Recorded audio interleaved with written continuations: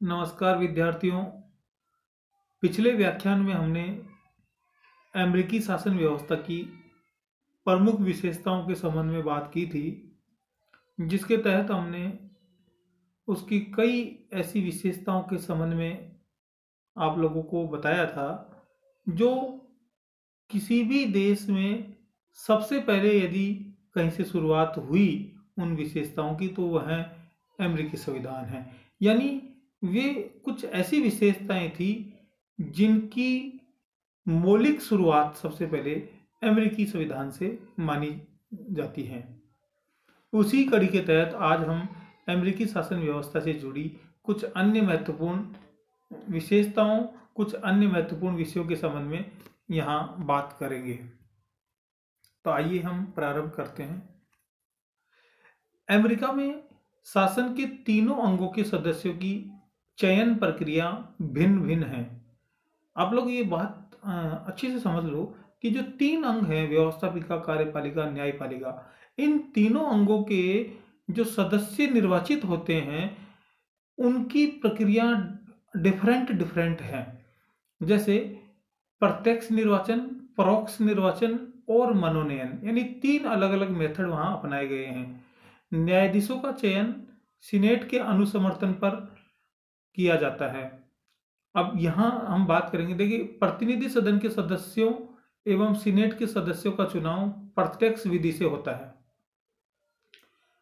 यानी direct election method है।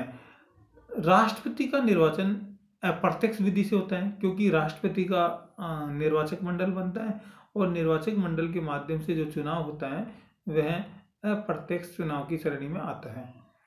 जबकि न्यायाधीशों का चयन मनोनयन विधि के आधार पर होता है, यानी जो मनोनीत करते हैं ना, जैसे अपन मनोनीत करते, जैसे अपने यहाँ राज्यसभा में और लोकसभा में राष्ट्रपति द्वारा कुछ सदस्य मनोनीत किए जाते, तो यहाँ मनोनयन के आधार पर इनका चयन किया जाता है। अमेरिका में शासन के एक अंग का सदस्य एक ही समय में दूसरे अंग का सदस्य नहीं हो सकता। ये बात आपको अच्छे से समझना होगा कि कोई व्यक्ति, जैसे उदाहरण के लिए कोई व्यक्ति कांग्रेस का सदस्य है, तो वह राष्ट्रपति के मंत्रिमंडल में शामिल नहीं हो सकता, वह न्यायाधीश नहीं बन सकता। या कोई व्यक्ति न्यायाधीश है तो वह कांग्रेस का सदस्य नहीं हो सकता, वह राष्ट्रपति के मंत्रिमंडल में शामिल नहीं हो सकता। और इसी प्रकार राष्ट्रपति या उसके जो सचिव होते हैं वे एट ए टाइम न्यायाधीश या कांग्रेस के सदस्य नहीं हो सकते। जबकि भारत में कुछ अलग है विशेषता।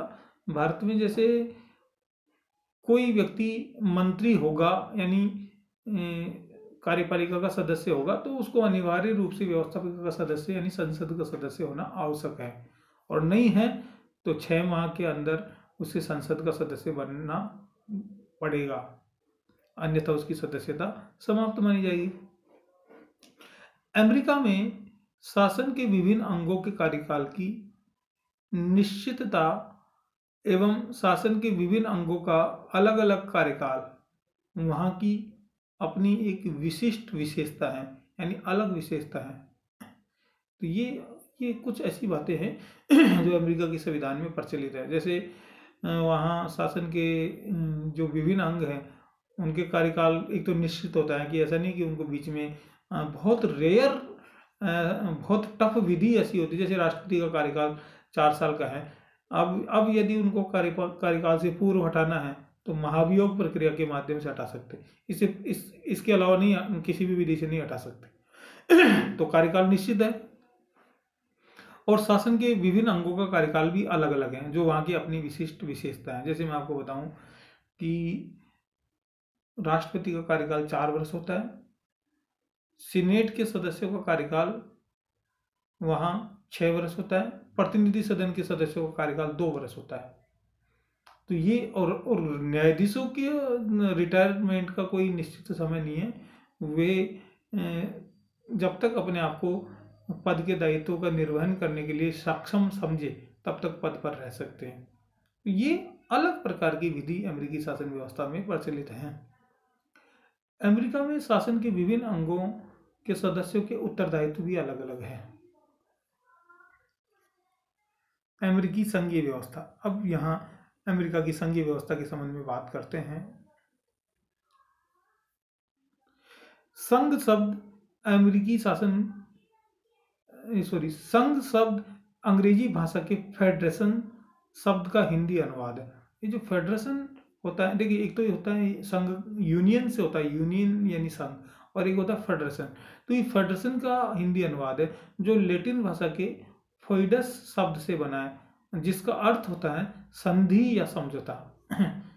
तो ये संघ शब्द लैटिन भाषा के फोइडस शब्द से बना है और इससे फिर फेडरेशन बन के फिर हिंदी भाषा में इसको संघ बोला जाता है।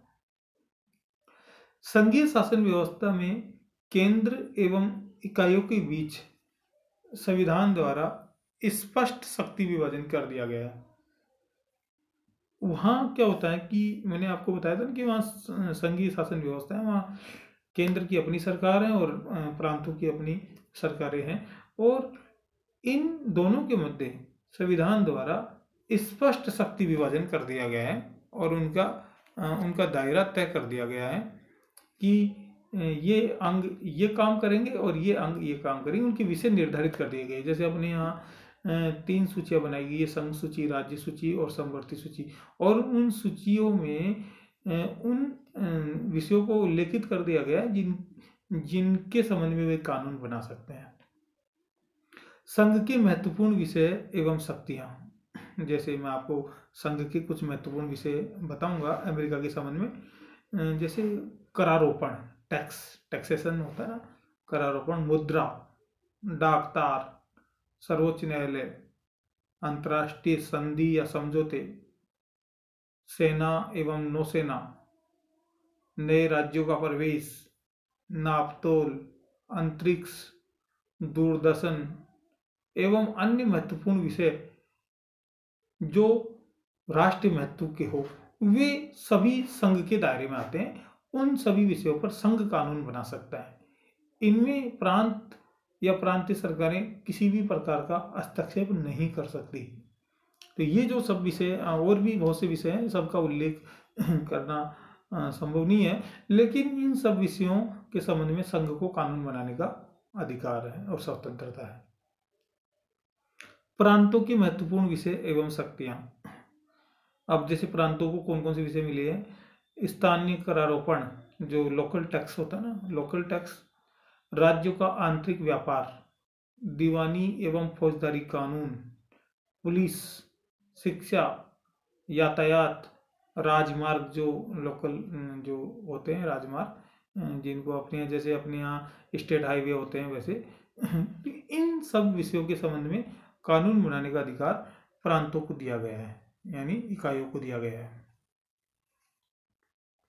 केंद्र के लिए निषिद्ध शक्तियां, यानी केंद्र क्या नहीं कर सकता, केंद्र को किन मामलों में कार्य करने से निषिद्ध किया गया है। एक तो बंदी प्रत्यक्षीकरण, मताधिकार, भाषण की स्वतंत्रता, भ्रमण पर रोक नहीं लगा सकता केंद्र, भेदभाव वाली उपाधियां नहीं दे सकता, आदि ऐसे विषय हैं जिनमें केंद्र की शक्ति को सीमित किया गया है। ये इनसे वंचित नहीं कर सकता। जैसे किसी को मताधिकार से वंचित नहीं कर सकता, किसी को बोलने से यानी भाषण देने से वंचित नहीं कर सकता, भाषण की स्वतंत्रता है तो इसको निषिद्ध नहीं कर सकता केंद्र, भ्रमण की स्वतंत्रता को बाधित नहीं कर सकता। तो ये केंद्र की निश्चित शक्तियां। प्रांतों के लिए निश्चित शक्तियां, जैसे विदेश संबंध, विदेश संबंधों में प्रांत हस्तक्षेप नहीं कर सकते। सेना, आयात निर्यात, राष्ट्रीय संपत्ति पर कर, मुद्रा, दास प्रथा, रंग भेद एवं जाति के आधार पर किसी भी व्यक्ति को मताधिकार से वंचित नहीं करना, आदि विषय ऐसे हैं जिन पर प्रांतों को कोई शक्ति प्राप्त नहीं है। विदेश संबंध में प्रांत शक्तिहीन है। सेना, आयात निर्यात, राष्ट्रीय संपत्ति पर कर, मुद्रा, दास प्रथा, इन सब के संबंध में राज्य शक्तिहीन है, एक तरह से वहां के प्रांत शक्तिहीन है। तो ये अमेरिकी शासन व्यवस्था में दोनों की शक्तियों को सीमित कर दिया गया है, दोनों की शक्तियों को एक दूसरे से अलग कर दिया गया है और उनकी शक्तियों को एक तरह से नियंत्रण बनाया गया है उनकी शक्तियों पर कि कोई भी अपने दायरे से बाहर जाकर काम नहीं करे। अमेरिकी संविधान के अनुच्छेद 6 के अनुसार प्रत्येक राज्य के न्यायाधीश संविधान से बाध्य होंगे। ये अमेरिकी संविधान में स्पष्ट उल्लेख है। अनुच्छेद 6 के अनुसार प्रत्येक राज्य के न्यायाधीश संविधान से बाध्य होंगे, यानी संविधान के दायरे में काम करेंगे, संविधान के बियॉन्ड जाकर कोई काम नहीं कर सकते न्यायाधीश भी। राज्यों का संविधान एवं कानून की समस्त बातें जो संविधान के विरुद्ध होगी अवैध समझी जाएगी।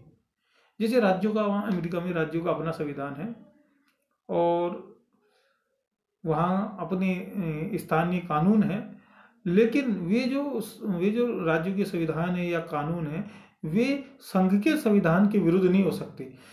यानी संघ के संविधान के अगर विरुद्ध होंगे वे तो वे अवैध समझे जाएंगे, शून्य समझे जाएंगे, प्रभावहीन समझे जाएंगे।